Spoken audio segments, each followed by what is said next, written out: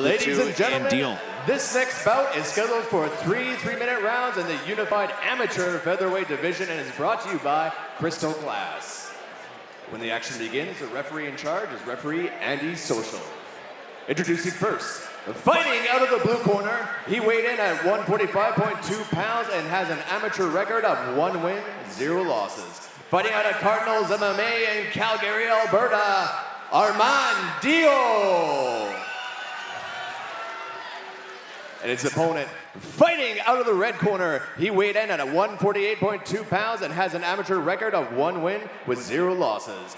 Fighting out of the Ludus Martial Arts Academy right here in Edmonton, Alberta, Nick Felber.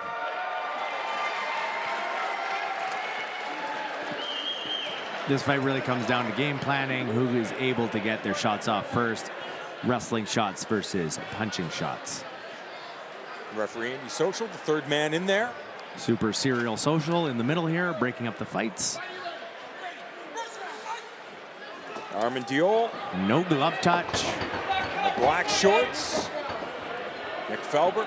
The camo shorts. John Ramdeen, Mitch Clark, your broadcast team.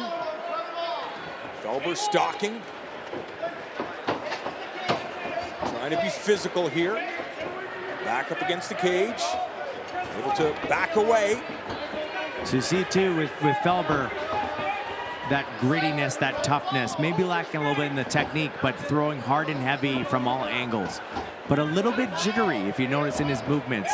Deol being a little bit more precise in his movements, grabbing a hold and everything. Sometimes being too technical can work against you.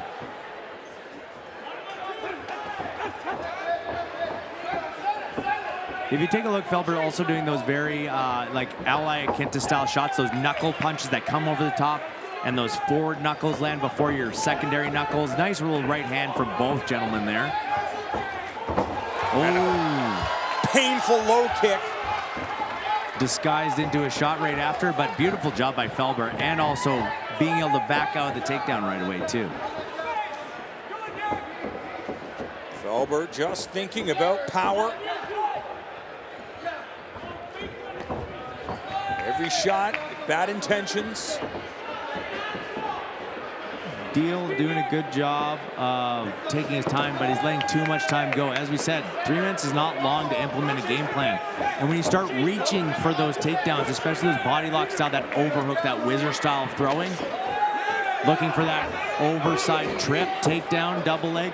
The only thing is it makes you really extended, and that weight down is tough. But nice kick to the body there. But if you're Deol, what about the idea of, will Felber be able to do this in round 2? And will he be able to do this in round 3? You can't rely on that. Yes, sure. That's the thing, is I can't Homer Simpson it and eat shots, and hopefully my opponent will tire out. Shot a little there below the belt, it seems. Nothing like it, so to speak.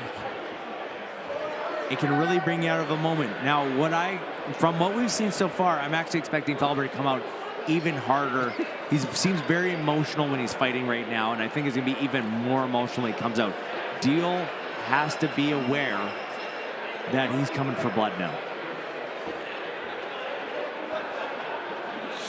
Now, if you're his corner, if you're in the corner of Felber, are you telling him to relax? Yeah, slow it down, you're winning. Why make a mistake? Why lunge in with a punch to get taken down? You know, it's good to have emotion when you fight, because it means you care, but at the same time, don't be emotional when you fight, because that can make you susceptible to a lot of things.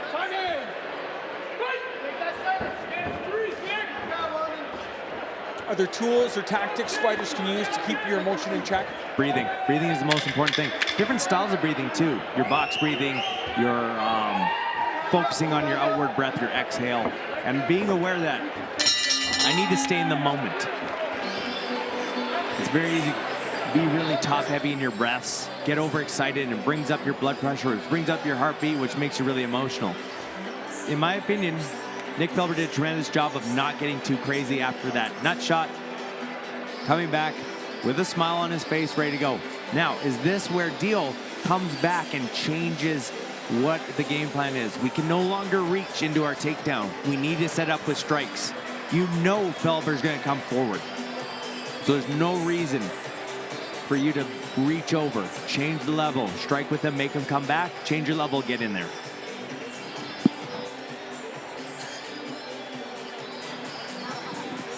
Arman Deol on the stool, wide-eyed. He's getting advice from his teammates, which includes Brad Cardinal, his coach. Justin Bazra. Justin Bazra right now is telling me you have to change it up. Sometimes what works in the wrestling room isn't going to work in the MMA cage. A 2-on-1 is not super useful in MMA. It may be kind of cool because I'm controlling two arms on one, but I'm susceptible and I'm reaching and I'm not doing what I need to do for fighting.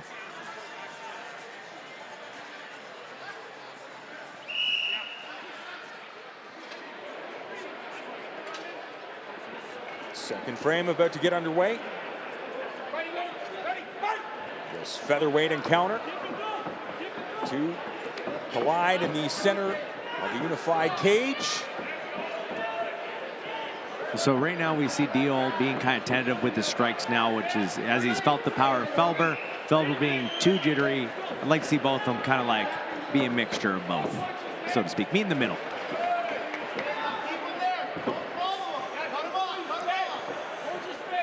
Felber doing a good job of cutting him off, not following Deol. Instead, he's stalking his opponent to set up those big strikes he likes to throw, not forcing anything. Big wide shots by Felber. Bad intentions behind those punches, and a nice little calf kick there to kind of like shake it up, followed by another tremendous right hand. That one just missing the mark. So Felber doing a good job of throwing those jabs high, throwing hard to the body with a hook, and falling right over top with that hard right hand. And I'm waiting for it to land. Oh, beautiful straight right. That traditional boxing. See, this is what he doesn't want, is that firefight between the two, because if we're looking for pure power, Felber is in control.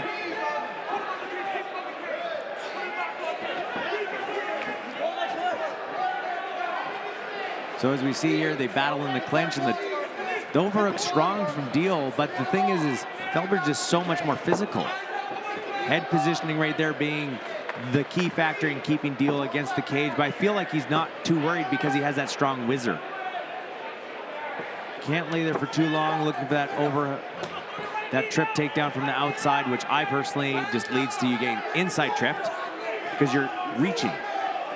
The jiu-jitsu takedown from UFC 3 does not work anymore. The two fighters disengage, and now they're back at it. Nice clinch. So what may have been the trouble there is Deol landed with that straight right and wobbled Felber, which is making him have too much belief in his hands, so he's going to try and stand and trade too much when he needs to switch the game plan.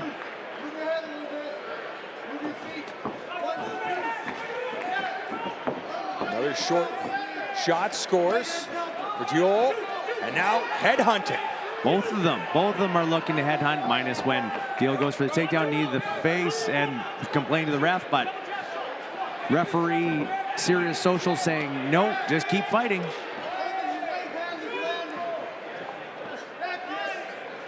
Trading knees, uppercuts, hooks. Fighting in a phone booth right now. It's such a different style of fighting, and it's so hard on the cardiovascular system. You have to be in shape to fight like this. It's non-stop action.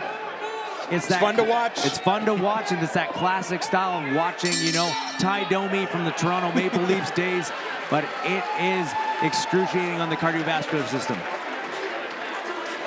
And you see Deol go back to the corner. Needed to get onto that stool. So here we see Felber being a little bit less smiley, I think, knowing that, you know, got caught sleeping a little bit there, and both of them, obviously I'd give Felber that second round more output, good, better, like he has good strikes, more of them, and a better tactician in this sense. So Deol has to do something defining in this round to change it up and swing the ball in his favor, so to speak.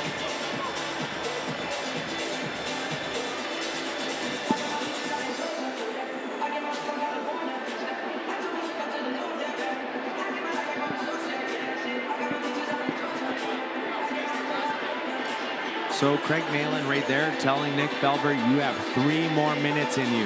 You have to be able to go for 3 more minutes.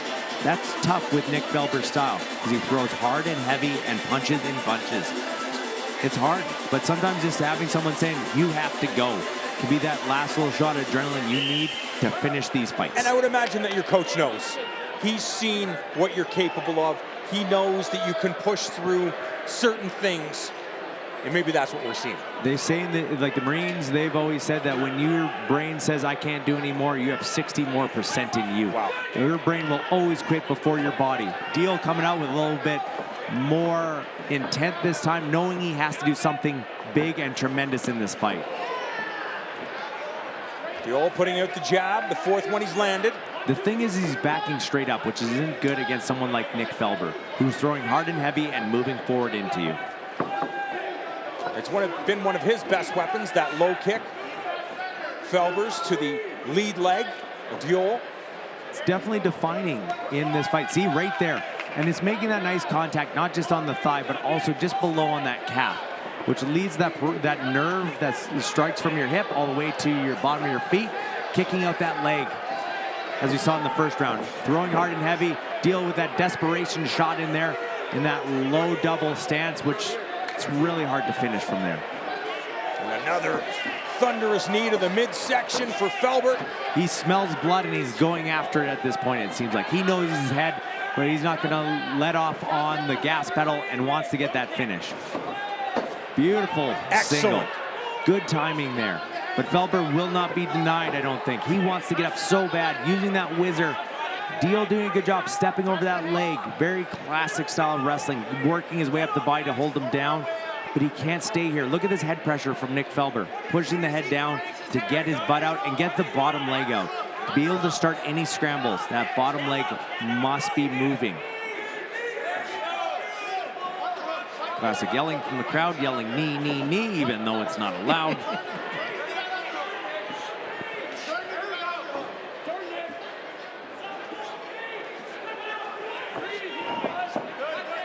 Felber just leaning on Deol.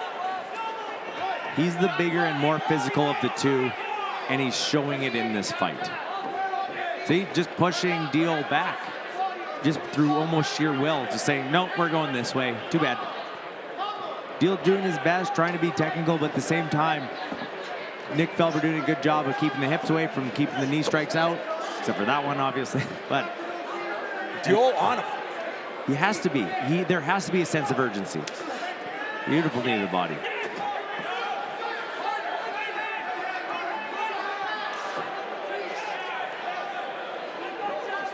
Now, I am surprised in this situation, if you're in the clinch, you want to finish, so you're targeting the liver, right? You have to. We can't need the face here.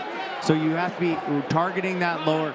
The thing is, and I think that why Andy Social keeps saying, keep fighting, is both these guys keep ducking their head down. You can't use that as an excuse of why you're hitting the face.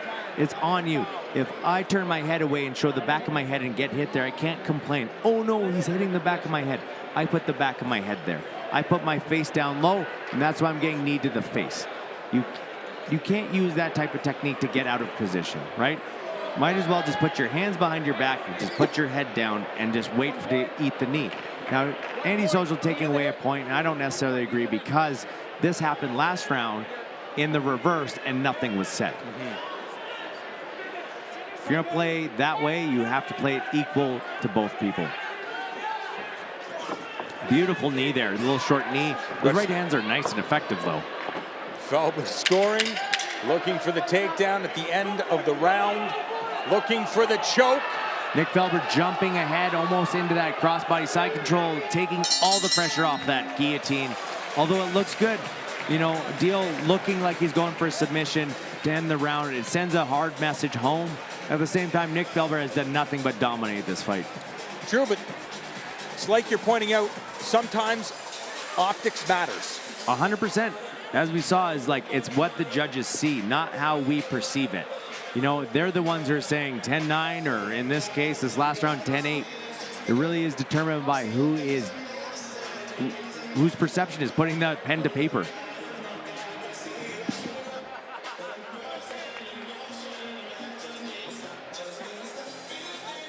To me, this is one of the most interesting parts about mixed martial arts. At the end of the fight, both fighters going back to their team, their coaches and teammates telling them what they thought initially.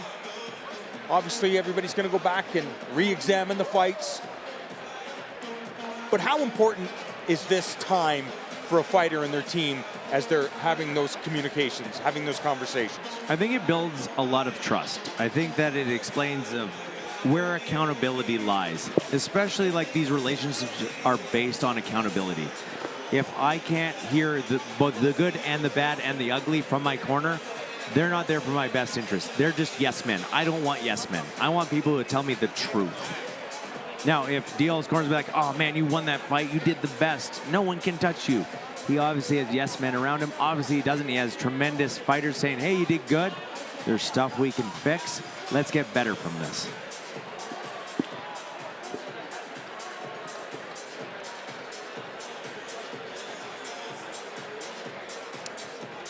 The caddy from Happy Gilmore shaking the hands of Craig Maitland and Nick Felber. Class act, Brad Cardinal.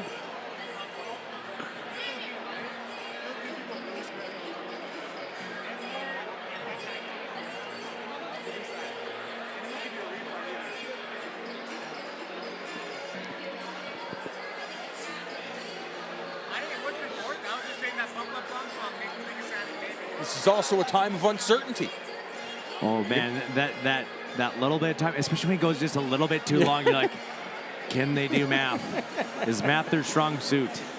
Or What's taking so long? I thought I won every Ladies and round. gentlemen, are they we in have Mr. a Clark's decision. class? Maybe they're Judge just bad. Ziad Harb scores at 29-27. Judge Jason Tatlow scores at 30-26. Judge Luc Boutin scores at 29-27. All for the winner by unanimous decision, Nick Felber. I totally agree with that decision. Yep.